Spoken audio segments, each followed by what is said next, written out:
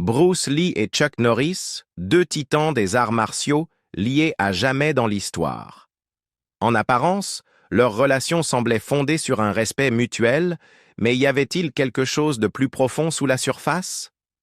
Certains affirment que Norris nourrissait une profonde rancune envers Lee, que dans les coulisses, leur philosophie s'opposait et que leur rivalité allait bien au-delà du simple spectacle cinématographique. Était-ce de la jalousie, une différence de style de combat, ou quelque chose de bien plus personnel? Aujourd'hui, nous plongeons dans la véritable histoire de leur relation, ce qui s'est réellement passé entre eux, pourquoi Norris aurait pu éprouver du ressentiment envers Lee, et pourquoi ce mystère perdure depuis des décennies. Restez avec nous, car la vérité éclate enfin au grand jour.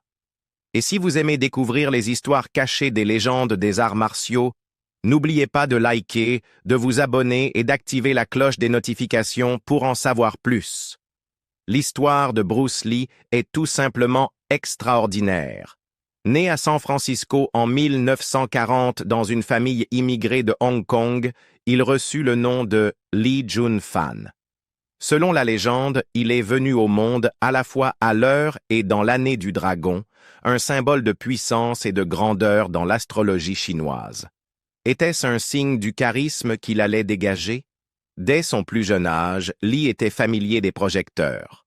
Enfant acteur, il apparaît dans de nombreux films hongkongais, mais son talent ne s'arrêtait pas là. Il était aussi danseur, poète et philosophe.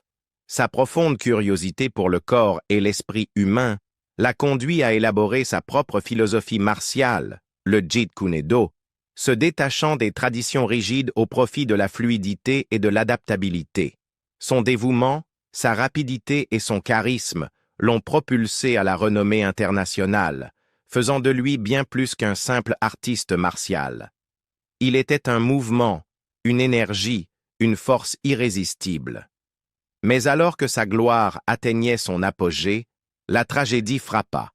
En 1973, à l'âge de 32 ans, Bruce Lee mourut subitement d'un œdème cérébral, probablement causé par une réaction à des analgésiques prescrits. Chuck Norris, bien qu'étant né la même année que Bruce, a eu une enfance très différente. Contrairement à Lee, qui a évolué dès son plus jeune âge dans le monde du divertissement, Norris était un garçon discret et timide qui manquait de confiance en lui. Il n'était ni un combattant naturel, ni particulièrement athlétique dans sa jeunesse. Son parcours vers les arts martiaux est passé par une voie totalement différente, le service militaire. Enrôlé dans l'US Air Force et stationné en Corée, il y découvrit les arts martiaux, un événement qui changea sa vie à jamais. Avec discipline et détermination, Norris se transforma en artiste martial d'élite. Dans les années 1960, il dominait les tournois de karaté, remportant plusieurs titres de champion et s'imposant comme l'un des meilleurs combattants de son époque. Mais il ne s'arrêta pas là. Il ouvrit plus de 30 écoles de karaté, formant des milliers d'élèves, y compris des célébrités hollywoodiennes.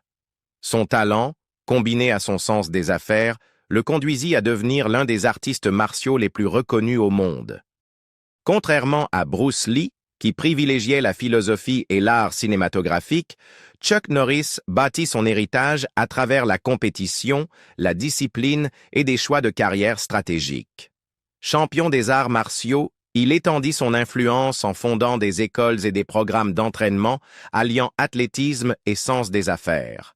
Son succès dans le ring le mena rapidement à Hollywood, où il évolua de combattant à véritable star du cinéma d'action, gravant son nom dans l'histoire du divertissement. Puis vint le moment que les fans d'arts martiaux n'oublieront jamais, leur affrontement dans la fureur du dragon. Si vous l'avez vu, vous savez exactement de quoi je parle. Se déroulant dans les ruines du Colisée romain, Bruce Lee et Chuck Norris s'affrontent dans l'une des scènes de combat les plus emblématiques jamais filmées. Ce n'était pas seulement deux acteurs échangeant des coups pour le plaisir du spectacle, c'était une bataille magistralement chorégraphiée entre deux légendes. Chaque mouvement était précis, chaque coup avait un sens. Lee, rapide et fluide, se déplaçait avec la grâce d'un danseur et la précision d'un guerrier. Norris, puissant et discipliné, ripostait avec une force brute et une technique rigoureuse. C'était un duel de philosophie. L'adaptabilité contre la structure, la vitesse contre la puissance. Et bien sûr, comme dans la plupart des films de Lee, le combat s'acheva par sa victoire. Mais ce qui rendit cette scène si significative, c'est que Chuck Norris, déjà un artiste martial respecté et un champion, accepta volontiers de jouer le rôle du méchant et de perdre. Cela en dit long sur le respect qu'il portait à Bruce Lee et sur la compréhension qu'il partageait quant à l'art du storytelling et des arts martiaux. Pourtant, une question demeure. Quelle était réellement leur relation en dehors du film? Étaient-ils de véritables rivaux ou cela relève-t-il davantage du mythe construit par les fans au fil du temps? La réalité est bien plus fascinante. Ils n'étaient ni ennemis ni amis proches, mais plutôt des pairs qui se respectaient profondément pour leurs compétences respectives. Ils s'entraînaient ensemble, échangeaient des idées et admiraient mutuellement leur engagement envers les arts martiaux. Alors que Bruce cherchait à innover et repousser les limites, Norris excellait dans la compétition et le business. Leurs chemins, bien que brièvement croisés, prenaient finalement des directions différentes. Bruce Lee révolutionnait le cinéma martial, apportant la philosophie orientale et les arts martiaux sur la scène mondiale, tandis que Norris construisait une carrière hollywoodienne qui ferait de lui un nom incontournable. Il n'y a jamais eu de véritable animosité entre eux, seulement du respect mutuel. Mais est-ce bien vrai? L'amitié entre Chuck Norris et Bruce Lee était-elle aussi chaleureuse et respectueuse que Norris l'a toujours décrite? Ou existait-il une rivalité sous-jacente, voire une animosité, que l'histoire a choisi d'ignorer? Norris a toujours affirmé qu'ils étaient amis, mais certains témoignages et interprétations de leur relation suggèrent une dynamique plus complexe. Le monde des arts martiaux vit de mythes, de spéculations et de culte des héros. Et lorsque deux légendes comme Norris et Lee se croisent, il est inévitable que les gens se demandent s'il y avait plus dans leur histoire qu'une simple admiration mutuelle. Une des raisons pour lesquelles les rumeurs persistantes de rivalité existent est la nature compétitive des deux hommes. Bruce Lee n'était pas seulement un acteur, il était un artiste martial avec une philosophie profondément personnelle, cherchant constamment à prouver la supériorité de son système Jeet Kune Do. Chuck Norris, en revanche, venait du monde structuré du karaté, où la discipline, les grades et la compétition jouaient un rôle majeur. Tous deux représentaient des écoles de pensée différentes en arts martiaux. Lee critiquait souvent les formes traditionnelles pour leur rigidité, tandis que Norris en voyait la valeur dans la discipline et l'efficacité. Leurs philosophies étaient, à bien des égards, en opposition. L'approche de Lee mettait l'accent sur l'adaptabilité et l'efficacité, en éliminant les mouvements inutiles, tandis que Norris était un combattant de tournoi aguerri, ayant maîtrisé les techniques des styles martiaux traditionnels. Alimentant davantage les spéculations, Lee était très critique envers de nombreux artistes martiaux qu'il rencontrait, rejetant souvent leurs compétences comme étant insuffisantes ou inefficaces. Certains de ses anciens élèves ont mentionné qu'il avait peu de patience pour les combattants rigides, attachés aux règles, et qu'il exprimait ouvertement sa conviction que de nombreux adeptes des arts martiaux traditionnels ne survivraient pas à un véritable combat. Bien qu'il n'existe aucun enregistrement direct prouvant que Lee ait tenu de tels propos sur Norris en particulier, il est facile d'imaginer qu'ils aient pu avoir des désaccords sur les techniques et la philosophie derrière des portes closes. Un autre élément clé qui alimente le débat est leur légendaire affrontement à l'écran dans La Fureur du Dragon. Bien qu'il ne s'agisse que d'un combat chorégraphié, cette scène a renforcé l'idée qu'ils étaient rivaux. Les fans ont spéculé que cette scène était, d'une certaine manière, une métaphore de leurs différences réelles en arts martiaux. La façon dont le personnage de Lee démantèle systématiquement le style de combat plus rigide de Norris, le dépassant finalement par sa vitesse et sa précision, a été interprétée comme une victoire symbolique du Jeet Kune Do sur le karaté traditionnel. Cette scène reflétait-elle la façon dont Lee voyait Norris en tant que combattant? Était-ce une critique subtile des arts martiaux structurés, visant à prouver la supériorité de la philosophie de Lee? Nous ne pouvons que deviner. Mais il est intéressant de noter que Norris n'a jamais semblé avoir de problème avec la manière dont il a été représenté. Une autre preuve intrigante vient de ceux qui ont entraîné les deux hommes. Certains artistes martiaux, y compris ceux qui ont affronté Lee et Norris, ont suggéré que Norris était le combattant supérieur. Une histoire bien connue provient d'un instructeur qui s'était entraîné avec Lee avant d'affronter Norris dans un tournoi. Selon lui, les sessions de sparring avec Lee étaient relativement équilibrées, mais affronter Norris en compétition était une expérience totalement différente. Norris l'avait dominé avec facilité.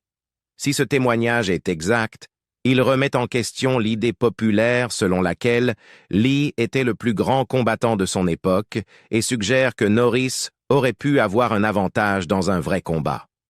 Bruce Lee n'a jamais eu l'occasion de partager son point de vue sur leur relation, mais Chuck Norris en a parlé au fil des ans. Voyons donc ce que Norris a à dire à ce sujet. S'il y a un combat qui est resté gravé dans l'esprit des fans d'arts martiaux pendant des décennies, c'est bien Bruce Lee contre Chuck Norris dans La Fureur du Dragon. L'intensité, la précision, la pure maîtrise artistique, il n'est pas étonnant que tant de gens se demandent si ces deux légendes se sont réellement affrontées dans la vraie vie. C'est là que les choses deviennent intéressantes. En vérité, l'idée d'un véritable affrontement entre Bruce Lee et Chuck Norris a toujours été entourée d'un certain mystère. Norris n'a jamais complètement confirmé ou infirmé que cela ait eu lieu. Mais voici ce que nous savons avec certitude. Les deux étaient de bons amis et ont passé beaucoup de temps à s'entraîner ensemble. Et s'entraîner avec Bruce Lee. Ce n'était pas juste des exercices légers et des conseils amicaux. Cela impliquait du sparring, des séances sérieuses, rigoureuses, sans concession. Ainsi, même si nous ne saurons peut-être jamais s'ils ont eu un véritable combat à enjeu élevé, nous savons que leurs séances d'entraînement intenses ont probablement joué un rôle majeur dans la crédibilité impressionnante de leur affrontement dans La Fureur du Dragon. Et parlons un instant de cette scène de combat. Bien qu'il ait été illégal de filmer dans le Colisée, les efforts supplémentaires pour y tourner en cachette valaient tous les risques. Le décor seul ajoutait une grandeur inégalée à leur affrontement. Mais ce n'était pas seulement l'endroit, c'était l'exécution. Lee et Norris n'ont pas simplement mis en scène un combat. Ils ont livré une véritable leçon de chorégraphie martiale. La manière dont ils bougeaient, la façon dont leurs techniques s'opposaient, ce n'était pas seulement du cinéma, c'était de l'art. Même des décennies plus tard, cette scène est toujours considérée comme l'un des plus grands combats de l'histoire du cinéma, et il est difficile de contester cela. Ce qui rend tout cela encore plus fascinant, c'est que leur rivalité à l'écran contrastait fortement avec leur amitié réelle. Ces deux-là s'entendaient en réalité très bien. Ils avaient un profond respect l'un pour l'autre, non seulement en tant que combattants, mais aussi en tant que penseurs des arts martiaux. Leur première rencontre eut lieu en 1967 lors du championnat All-American Karate Open au Madison Square Garden. Lee était présent pour une démonstration et Norris, il est reparti champion. Mais la véritable alchimie s'est produite en dehors du tatami. Les deux ont commencé à échanger des idées et avant longtemps, ils se sont retrouvés engagés dans une séance de sparring intense qui a duré jusqu'à 4 heures du matin. Imaginez cela. Deux des plus grands artistes martiaux de tous les temps, dans un couloir, se poussant mutuellement à leurs limites jusqu'au lever du soleil. Ce n'était pas une simple rencontre fortuite, c'était le début de quelque chose de légendaire. Et ce lien n'a fait que se renforcer. Pendant 2 ans, Norris et Lee se sont entraînés régulièrement à Los Angeles, souvent dans le jardin de la maison de Lee. La seule chose qui a interrompu leur session d'entraînement fut le départ de Lee pour Hong Kong, où il était sur le point de révolutionner l'industrie du cinéma. Mais même à l'autre bout du monde, leur influence mutuelle est restée forte. En fait, Norris a ouvertement admis qu'il avait contribué à modifier l'approche de Lee en matière de coups de pied. Lee, toujours précis et méthodique dans sa technique, pensait à l'origine que les coups de pied devaient être portés uniquement en dessous de la taille. Rapide, efficace et direct. Mais Norris, il voyait les choses différemment. « Si ton adversaire laisse une ouverture, saisis-la », lui dit-il. Et pour prouver son point, Norris démontra ses célèbres coups de pied hauts, les exécutant avec rapidité et puissance. Lee fut impressionné. Tellement impressionné qu'il commença à intégrer ses coups de pied hauts dans son propre arsenal. Maintenant, soyons clairs. Lee n'était pas novice en matière de coups de pied hauts. Il les avait déjà utilisés dans ses films avant de rencontrer Norris. Ce n'était donc pas comme s'il n'en avait jamais lancé un de sa vie. Mais ce qui est important ici, c'est que leurs sessions de sparring n'étaient pas de simples entraînements amicaux. Elles avaient pour but d'apprendre l'un de l'autre, d'évoluer dans leur style et de se surpasser. Et s'il y a bien une chose que Lee n'a jamais cessé de faire, c'est d'évoluer. Il n'est donc pas surprenant que lorsqu'il a eu besoin d'un adversaire vraiment redoutable pour la fureur du dragon, un seul nom lui soit venu à l'esprit. Il a décroché son téléphone, appelé Norris et lui a dit « J'ai un rôle pour toi ». Le résultat? Une scène de combat légendaire qui continue d'être étudiée, saluée et imitée encore aujourd'hui. L'amitié entre Chuck Norris et Bruce Lee demeure l'une des dynamiques les plus fascinantes de l'histoire des arts martiaux. Les deux hommes n'étaient pas seulement des figures emblématiques dans leurs disciplines respectives, ils étaient de véritables amis qui s'entraînaient ensemble et se poussaient mutuellement à atteindre de nouveaux sommets. Norris lui-même a évoqué leur lien, décrivant Bruce comme charismatique, amical et agréable à côtoyer. Selon lui, s'entraîner et passer du temps avec Lee était un réel plaisir. Si leur affrontement légendaire dans la fureur du dragon reste l'un des plus grands combats d'arts martiaux jamais capturés au cinéma, beaucoup se demandent si ces deux-là ont réellement testé leurs compétences l'un contre l'autre dans un combat à plein contact. La réponse reste entourée de mystère, car Norris n'a jamais confirmé ni infirmé de manière définitive qu'un tel affrontement ait eu lieu. Cependant, il a admis qu'ils s'étaient entraînés ensemble, ce qui donne un aperçu intéressant de la manière dont ces deux maîtres se mesuraient. Le sparring est un aspect essentiel de l'entraînement en arts martiaux, mais il diffère considérablement d'un véritable combat. Bien qu'il puisse être intense, il reste contrôlé, avec des combattants qui s'engagent généralement à environ 80% de leur intensité. Si un participant est étourdi, l'autre s'arrête au lieu de profiter de l'instant, contrairement à ce qui se produirait dans un combat réel. Lors d'un affrontement compétitif, il n'y a aucune retenue de ce genre. L'objectif est de terminer l'adversaire aussi rapidement que possible dans le cadre des règles établies. Si le sparring ne permet pas de déterminer avec certitude qui gagnerait dans un combat total, il met en évidence des schémas, des forces et des faiblesses.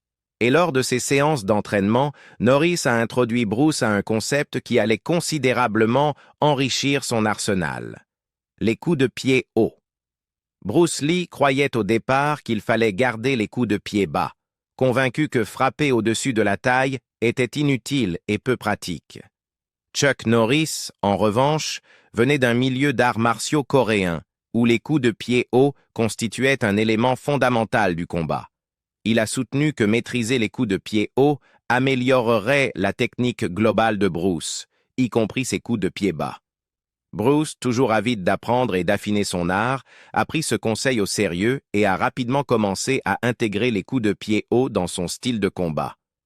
Cet échange de connaissances entre les deux légendes met en évidence non seulement leur respect mutuel, mais aussi l'adaptabilité de Lee, qui était une pierre angulaire de sa philosophie martiale. Une séance de sparring en particulier est devenue une expérience d'apprentissage déterminante pour Lee. Norris réussissait à lui placer un coup spécifique à plusieurs reprises, au point que Bruce, frustré, s'est finalement arrêté et a demandé « Tu continues à me frapper. Comment puis-je t'empêcher de faire ça ?» Sans hésiter, Norris a répondu « Tu pourrais bouger. » Ce conseil simple mais profond incarne l'un des principes fondamentaux des arts martiaux. La meilleure défense, c'est de ne pas être là. Au lieu de simplement bloquer ou contre-attaquer, le moyen le plus efficace d'éviter les dégâts est de contrôler son positionnement et sa distance afin que l'attaque de l'adversaire ne trouve jamais sa cible. Cette philosophie s'alignait parfaitement avec le style de combat en constante évolution de Lee, qui privilégiait la fluidité, l'adaptabilité et l'efficacité. Au-delà des souvenirs de Chuck Norris, d'autres témoignages de première main apportent une perspective intéressante à cette discussion. Plusieurs grands artistes martiaux ont entraîné Bruce Lee, notamment Joe Louis, et d'autres qui se sont personnellement exercés avec lui. Un instructeur en particulier, qui avait fait du sparring avec Bruce, a ensuite affronté Chuck Norris lors d'un tournoi. Selon lui, s'entraîner avec Bruce était relativement équilibré. Il a réussi à placer un coup de poing solide sur Lee, mais Bruce a immédiatement répliqué, le prenant de court. Cependant, au cours de l'échange, l'instructeur a porté un coup direct à l'aine de Lee, le faisant tomber immédiatement. Malgré cet instant, le match est resté assez disputé. Mais lorsqu'il a ensuite affronté Chuck Norris, l'issue a été totalement différente. Dans ses propres mots, Norris lui a mis une raclée et a complètement dominé le combat. Ce témoignage vient d'un homme qui n'était pas un simple pratiquant d'arts martiaux. Il était l'un des gardes du corps d'Elvis Presley, un homme doté d'une vaste expérience des combats réels. Les opinions resteront toujours divisées sur la question de savoir si Chuck Norris ou Bruce Lee auraient gagné dans un véritable combat, mais la vérité est que les deux hommes ont laissé une marque indélébile sur les arts martiaux. Ils ont appris l'un de l'autre, remis en question leurs croyances et contribué à façonner la perception des arts martiaux dans le sport comme dans le divertissement. Leur amitié et leurs séances d'entraînement témoignaient de leur passion commune, et bien que les débats sur qui était le meilleur combattant ne seront probablement jamais tranchés, ce qui compte vraiment, c'est l'héritage qu'ils ont bâti. Chacun, à sa manière, a énormément contribué à la communauté des arts martiaux, inspirant des générations de combattants et d'enthousiastes. Et si rien d'autre, leur combat légendaire dans La Fureur du Dragon garantit que leurs noms resteront à jamais liés dans l'histoire des arts martiaux. En fin de compte, malgré toutes les rumeurs et spéculations, Chuck Norris et Bruce Lee n'étaient pas des rivaux acharnés. Ils étaient de bons amis qui respectaient les compétences de l'autre et s'entraînaient même ensemble. Leur affrontement emblématique à l'écran a peut-être alimenté des débats pendant des décennies, mais en coulisses, il y avait de l'admiration, et non de la haine.